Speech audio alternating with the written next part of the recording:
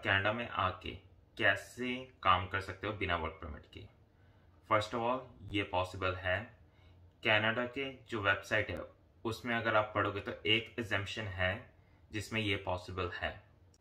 ये सब बताने से पहले इसकी एक रिक्वायरमेंट है कि जो जॉब आप करोगे यहाँ पे आके वो या तो आईटी के में होना चाहिए या फिर डॉक्टर या आप मैनेजर की पोस्ट पर होनी चाहिए, मतलब हाई लेवल पोस्ट होनी चाहिए आपकी। बस ये एक एग्जाम्पशन है कि आपकी जॉब जो है वो हाई प्रोफाइल जॉब होनी चाहिए। ऐसा नहीं आप कोई वर्कर हो जैसे ड्राइवर हो, उनके लिए ये नहीं है। हाँ, अगर आप आईटी सेक्टर में हो, गुड पोस्ट पे हो या कोई भी पोस्ट पे हो जैसे मैनेजर हो गया, सुपरवाइजर हो गया या डॉक्टर हो गया या टीचर भी हो गए हो, आप अप्लाई कर सकते हो इस एग्जाम्पशन के उस पे जिसमें मैं आपको बताने वाला हूँ अभी।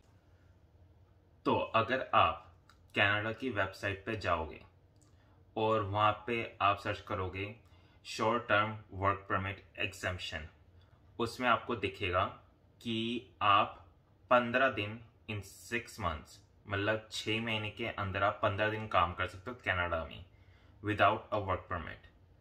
और 1 साल का भी है। 1 साल अगर आप का लेते हो तो उसमें सिर्फ आप 30 दिन काम कर सकते हो, उसके लिए आपको वर्क परमिट नहीं चाहिए। मतलब अगर आप 1 साल का टाइम लेते हो ड्यूरेशन तो उसमें आप 30 दिन कर सकते हो, और अगर आप 6 महीने का लेते हो उसमें आप सिर्फ 15 दिन कर सकते हो। और इस एग्जाम्पशन के उस पे आपको वर्क परमिट नहीं चाहिए।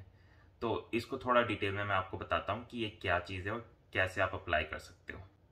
तो पहली चीज़ जो मैंने आपको बताई थी, आपकी जो जॉब है जिसके लिए आप अप्लाई कर रहे हो वो हाई प्रोफाइल जॉब होनी चाहिए। एज इन आईटी के सेक्टर में मैनेजर हो गया, टीचर हो गए, डॉक्टर हो गए, ऐसी कोई भी हाई प्रोफाइल जॉब है आपकी तो आप इस एग्जाम्पशन के थ्रू काम कर सकते हो कनाडा में विदाउट अ वर्क परमिट। आपको ड्यूरेशन बता दिया मैंने, आप 1 साल का ले सकते हो या 6 महीने का ले सकते हो। अगर आप 1 साल का लेते हो तो आप 30 दिन काम कर सकते हो। वो ये 30 दिन लगातार होना जरूरी नहीं है। हो सकता है आप सिर्फ 10 दिन आओ कनाडा, काम करो 10 दिन, फिर आप वापस इंडिया जाओ या पाकिस्तान या जहाँ से भी आप हो वहाँ पे वापस जाओ, फिर 3-4 महीने बाद आप फिर आओ, फिर 10 दिन काम करो।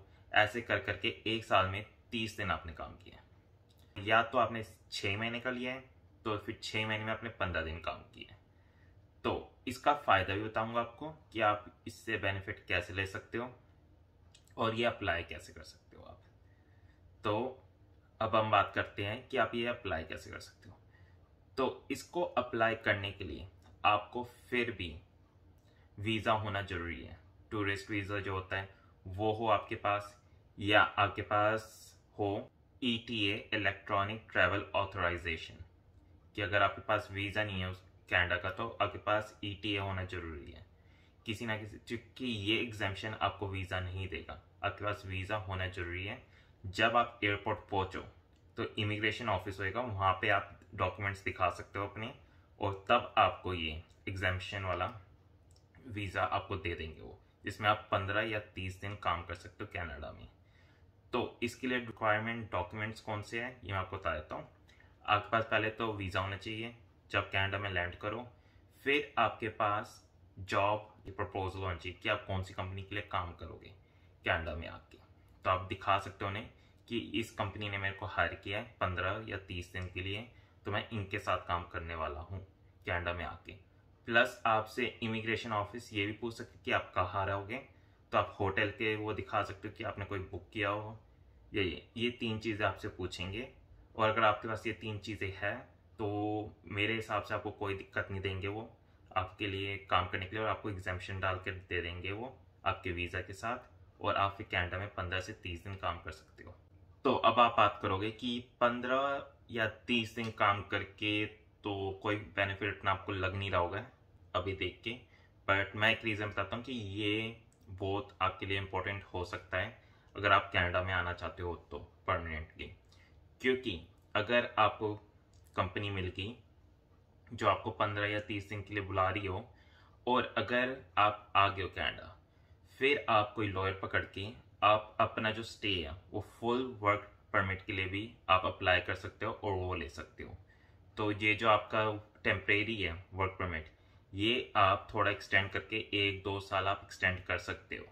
यहाँ पे भी लोग जो है जो स्टडी के बाद आते हैं, स्टडी कंप्लीट होगी 1 साल बाद या 3 साल 2 साल बाद उनका वर्क परमिट पे नहीं होता, वो एक्सटेंड करवाते हैं कंपनी से। सिमिलरली आप भी एक्सटेंड कर सकते हो अपना, जब आप यहाँ पे लैंड हो जाओ, जो आपका एग्जाम्पशन है वो आप कन्वर्ट करवा सकते हो अपने वर्क परमिट पे, अपना वर्क परमिट एक्सटेंड कर सकते हो यहाँ पे आके, और आप फुल टाइम काम कर सकते हो। फिर उसके बाद अपना पीआर भी अप्लाई कर सकते हो, जो आपके पॉइंट्स पूरे हो जाए। और इस एग्जाम्शन जो टेम्परेरी आपको 15 से या 30 दिन तक आपको ये जो वर्क परमिट मिलेगा, इसको 1 साल या 2 साल का वर्क परमिट कन्वर्ट करवाने के लिए इतना मुश्किल नहीं है।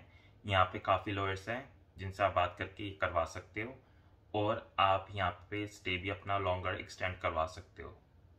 और मैं आपको और तरीके बताऊंगा जो आपने सुने नहीं होंगे कि आप कनाडा कैसे आ सकते हो। एम प्लस यहाँ पे जो जॉब्स हैं, जो आप और कौन सी कंपनीज है जो ज़्यादा पे करती है, वो सब मैं आपको डिटेल्स में बताते रहूँगा आगे आने वीडियोस में। और यहाँ पे कनाडा के बारे में थोड़ा टूर भी करवाऊँगा कि यहाँ पे क्या क्या है। तो आज की वीडियो के लिए इतना ही।